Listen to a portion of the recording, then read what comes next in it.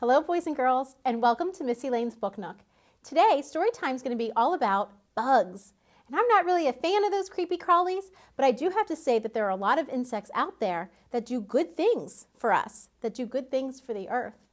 There are bugs out there that help recycle waste, and there's bugs out there that help our flowers to bloom, and there's even bugs out there who teach us things, who teach scientists things, and they help make the world better.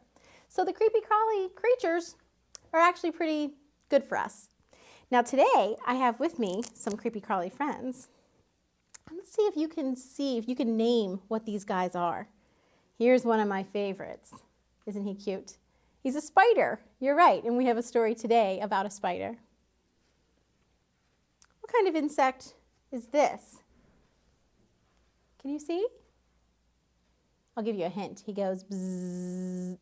Bzzz. That's right, he's a bumblebee. Here's another one. When the weather starts to get warmer, boys and girls, you'll start to see some of these insects right out in your very own backyard. This one is called a grasshopper. Have you seen him before? Grasshopper.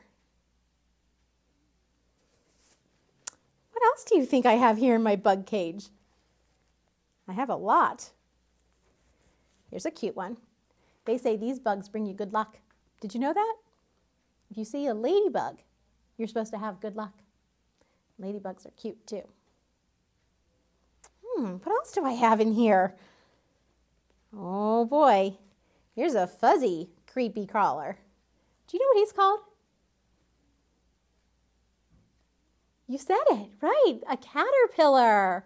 And caterpillars grow up and turn into butterflies, you guessed it. You see some creepy crawly, some caterpillars over on our bookshelf today too, don't you? We have a lot of those.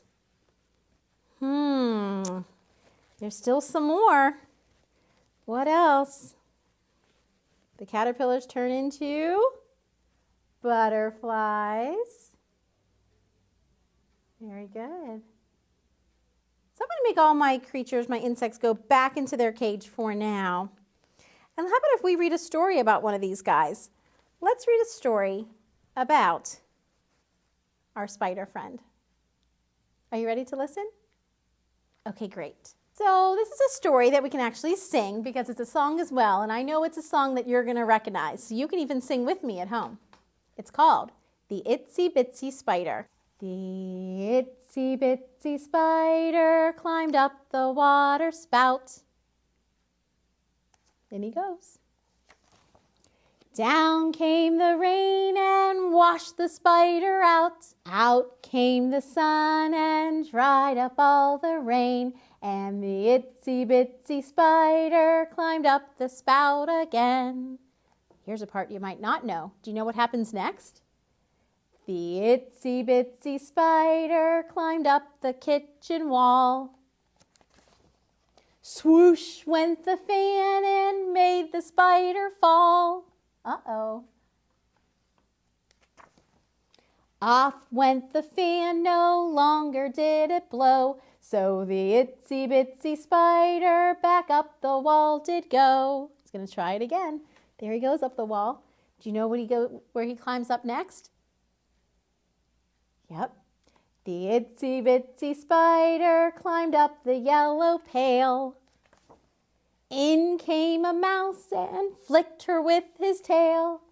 Down fell the spider, the mouse ran out the door. Then the itsy bitsy spider climbed up the pail once more. From the pail out to the porch. Now where's the spider going to climb? Do you have a guess? Let's find out. The itsy bitsy spider climbed up the rocking chair. Up jumped a cat and knocked her in the air. Down plopped the cat, and when he was asleep, the itsy bitsy spider back up the chair did creep. The itsy bitsy spider climbed up the maple tree. She slipped on some dew and landed next to me. Out came the sun, and when the tree was dry, the itsy bitsy spider gave it one more try. Boy, she sure doesn't give up, does she? Good for her. There she goes again. Can you find the spider on this page? Do you spy it? You see some squirrels and some birds, some baby birds, baby robins in a nest. And if you look way up here on this branch, there's the spider. The itsy bitsy spider climbed up without a stop. She spun a silky web right at the very top. She wove and she spun, and when her web was done, the itsy bitsy spider rested in the sun. She sure did need a rest. She had a long day, didn't she? She was a very busy spider, so she deserves to relax in the sun. And there she is in her web that she spun all on her own with her shades on. So let's do another song about a spider. And boys and girls, you can pretend that you have a spider at home and do this song with me, okay? There's a spider on my knee, on my knee. There's a spider on my knee, on my knee. There's a spider on my knee, oh golly, oh gee. There's a spider on my knee, on my knee. No, and he keeps crawling. Now where's he headed? There's a spider on my tummy, on my tummy. There's a spider on my tummy, on my tummy. There's a spider on my tummy. Oh, I think I want my mummy. There's a spider on my tummy, on my tummy. Oh no. Now where's he going? Is he going on my head? Oh, dread. There's a spider on my head, on my head. There's a spider on my head, on my head. There's a spider on my head. I wish he were dead. There's a spider on my head, on my head. Ah! Get off. There's a spider on the floor, on the floor. There's a spider on the floor, on the floor. There's a spider on the floor. I hope he heads out the door. There's a spider on the floor, on the floor. Phew, that was close. Like I said, I don't always like those creepy crawlies. I don't like spiders. But do we really have to be afraid? No, spiders aren't going to harm us. Let's read another story. This one is about a spider and some ants.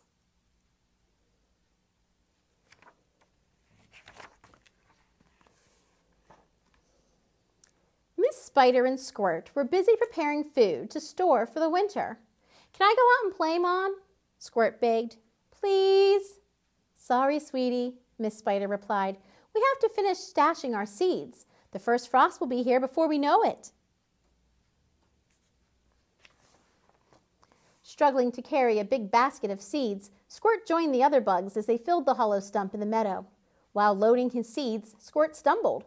He rolled down a chute, fell into a cart, and bumped all the way down a hill, tumbling to a stop near an anthill. Whoa! He shouted. Hey, what's all the racket? Cried Ned and Ted.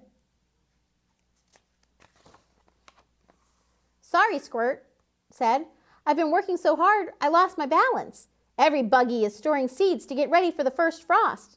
The ants dropped to the ground, rolling around and howling with laughter. Winter won't be coming anytime soon, chuckled Ned. How do you know?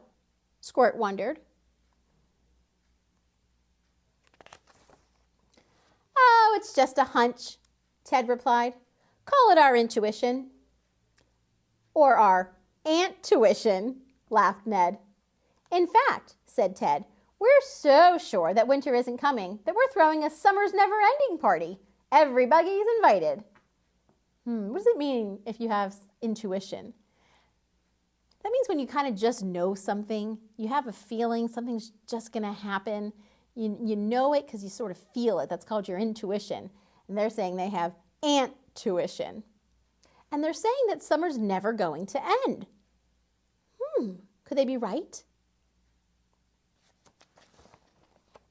Squirt surfed through Sunny Patch, spreading word of the party. Every buggy cheered at the thought of all that fun. How did Ned and Ted know that summer's never ending? Asked Shimmer. They just know, Squirt proclaimed. It's their ant-tuition. But Miss Spider wasn't so sure. It's not smart to follow a hunch, she said. She doesn't believe it. She thinks that winter's coming soon. Every Buggy and Sunny Patch dropped their work to go to the big party. As all the kids buzzed out the door, Squirt asked his parents, "Why aren't you coming?" "We have to finish filling the hollow stump," said Holly. "Winter's on our doorstep," Miss Spider agreed. "We've seen the signs. Come along and we'll show you." First, Miss Spider took Squirt to the tatty puddle. "Do you hear anything, Squirt?"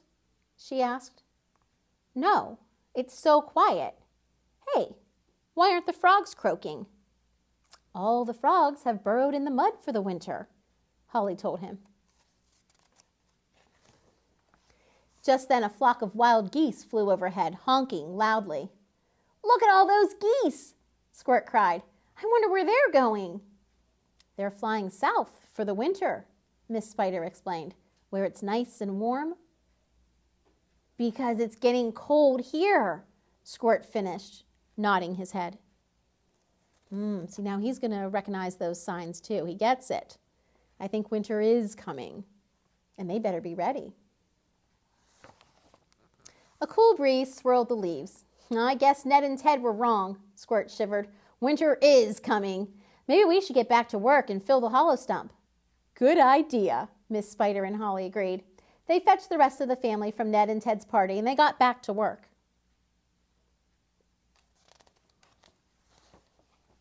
Finally, after the rest of the food had been stored, Squirt and his family joined the Ant Brothers' party, and all of a sudden, snow began to fall. Every Buggy squealed in horror. "Oh no, winter's here after all!" cried Pillbug. "We never finished storing seeds in the stump," wailed Eunice. "Don't worry," Squirt assured them. "Our family finished filling the stump. There's plenty of food to last the entire winter." After everybody had thanked them and gone home, Miss Spider's family heard sniffing coming from the anthill. "We're going to be antsicles by morning, Ned," wept Ted. "You poor ants had better come home with us," Miss Spider told them. The ants were afraid they were going to freeze out there. So Miss Spider said, "You can come home with us." Back at the cozy hole, every Buggy's faces glowed in front of the warm and toasty fire. "You know, Ned," said Ted, "it's really good to plan ahead." "I know, Ted," said Ned. "I have a hunch it's going to be a great winter." Every Buggy laughed as they sipped hot cider. The end. Well, wouldn't it be nice if summer could last forever? We've been having some really cold weather out there, haven't we? We're still in the middle of winter. But that's the way it goes. The seasons change, and the spiders found that out, and so did the ants. Let's sing a song about ants, boys and girls. It's called "The Ants Go Marching," and you might have heard this one before too. You can see that I have some ants on the flannel board there. How many are there? Shall we count them together? 1, 2, 3, 4, 5. Good counting. Well, my song goes like this. The ants go marching one by one, hurrah, hurrah. The ants go marching one by one, hurrah, hurrah. The ants go marching one by one, the little one stops to suck his thumb. And they all go marching down to the ground to get out of the rain. Boom, boom, boom, boom, boom, boom, boom, boom. The ants go marching 2 by 2, hurrah, hurrah. The ants go marching 2 by 2, hurrah, hurrah. The ants go marching 2 by 2, the little one stops to tie his shoe. Can you tell which one is the little one? Where's the baby ant?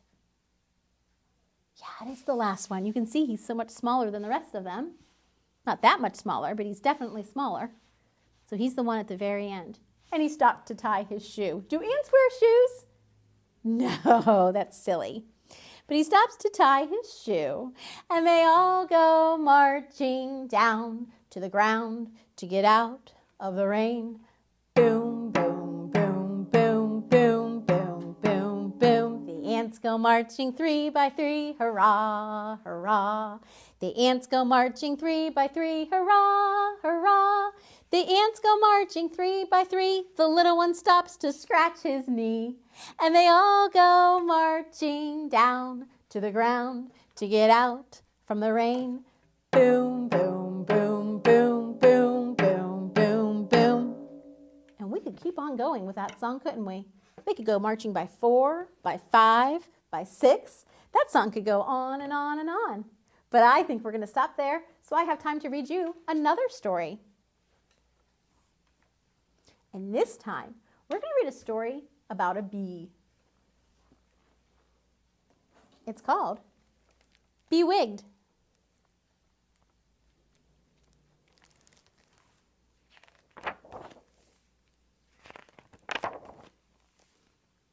Jerry Bee loved people. He sang, "Hi there." Hi, Jerry. But people did not love Jerry Bee. For one thing, he was a bee. For another, he was the most enormous bee anyone had ever seen. A sting from Bee Jerry's size would really hurt. So people stayed away. Oh, they were afraid he was going to sting them. He's a big bee. It's true that Jerry was quite large, but he had never stung anyone in his entire life. In fact, he tried hard to make friends. But nothing ever worked. Oh, how was Jerry feeling without any friends? Yeah, Jerry's feeling sad and lonely. Poor Jerry Bee. Well, one morning, Jerry saw an old wig lying on the sidewalk. Why not? Thought Jerry, and he put the wig on his head. Just then, he heard a bus driver shout, "Young man, you're late for school." The bus driver stopped her bus, opened the door, and hollered, "Get in!" So Jerry got on the bus.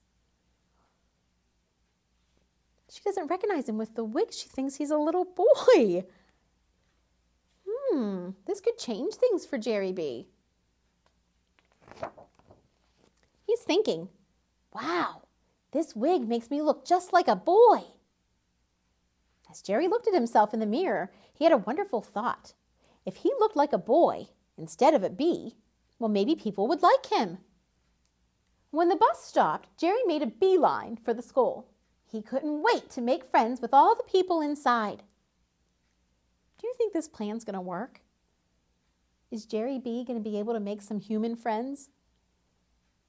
I wonder. Jerry entered the first classroom he could find. "Excuse me, ma'am," he said. "My name is Jerry, and I would love to join your wonderful class. And might I add that you're looking quite lovely today?" Well, Miss Swan was the first friend Jerry made that day. I think she says, "Come on in." The students really liked Jerry too. He was helpful, funny, artistic, and generous. He was even a terrific speller. Friendship, Friendship,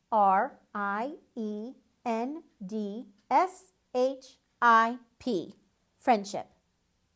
Well, by the end of the day, Jerry Bee had made more friends than he ever had in his whole life. Oh, he's happy now. His plan worked. Jerry decided to go to school every day, and every day he made more friends. One day, he helped the janitor mop. The next day, he complimented the lunch ladies on their food.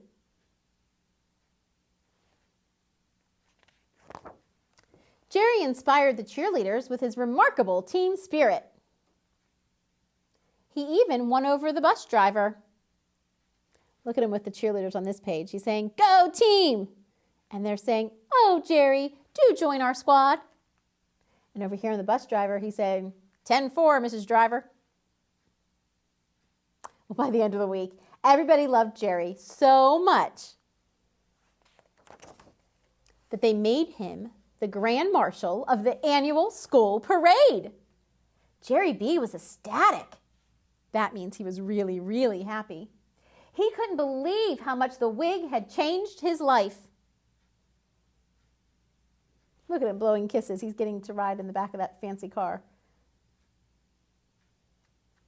And everybody on the sidewalk is cheering for Jerry B.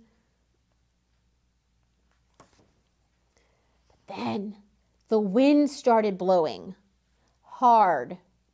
Uh-oh. The wind blew Jerry's wig right off his head. He tried to catch it, but oh no, he was too late. Look what's happening, boys and girls. Are they yelling and cheering and blowing kisses to Jerry now? No, sir.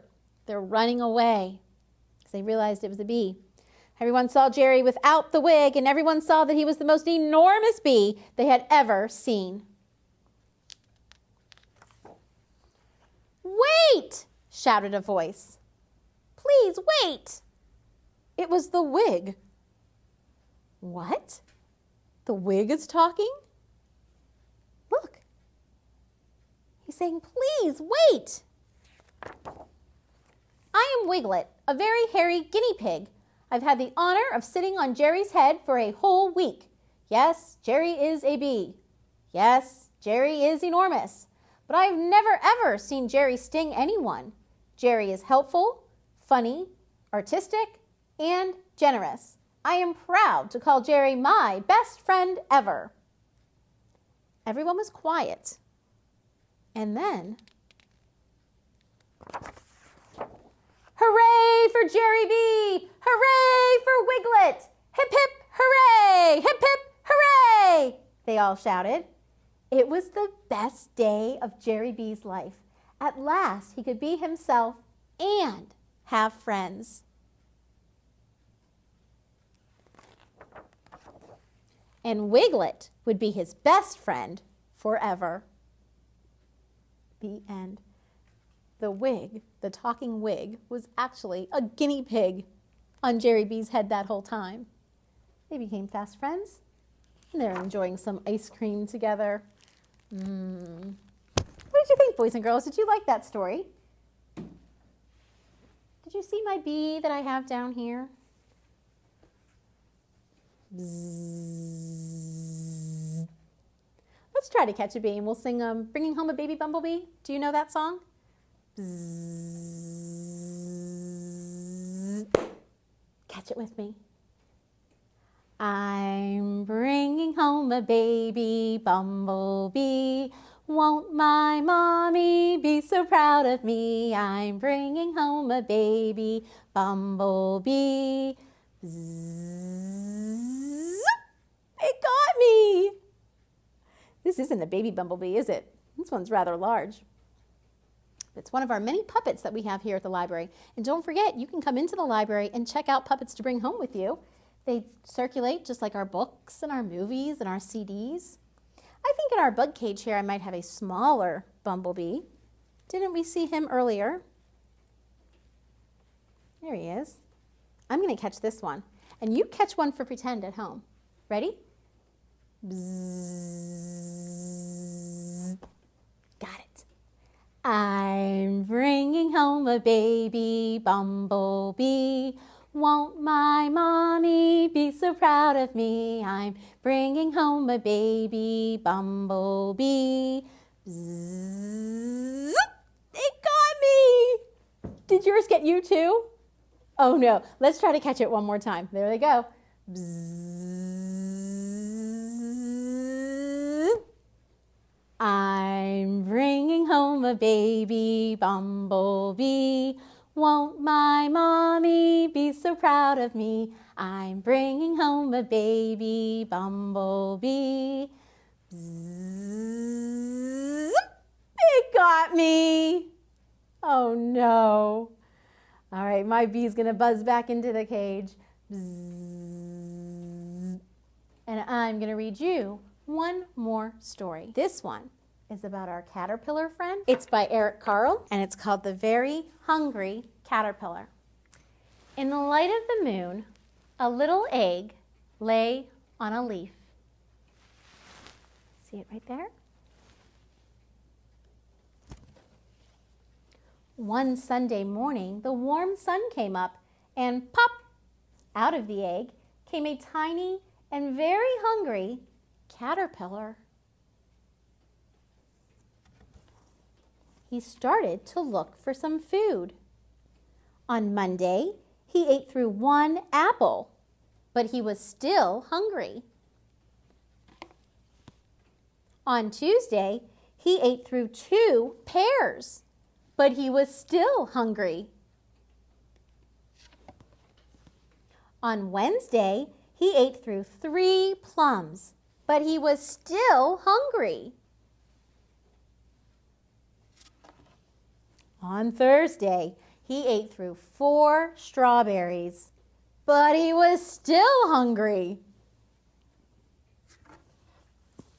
On Friday, he ate through 5 oranges, but he was still hungry. On Saturday, he ate through 1 piece of chocolate cake, 1 ice cream cone, 1 pickle, 1 slice of Swiss cheese, 1 slice of salami, 1 lollipop, 1 piece of cherry pie, 1 sausage, 1 cupcake, and 1 slice of watermelon. That night, he had a stomach ache. That's a lot of food. Well, the next day was Sunday again, and the caterpillar ate through 1 nice green leaf. And after that, he felt much better.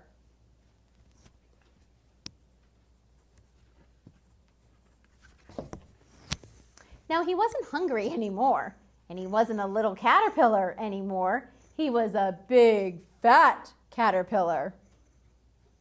He built a small house called a cocoon all around himself, and he stayed inside for more than 2 weeks.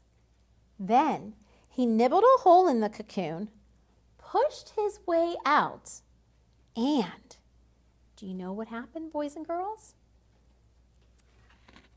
He was a beautiful butterfly. That's right.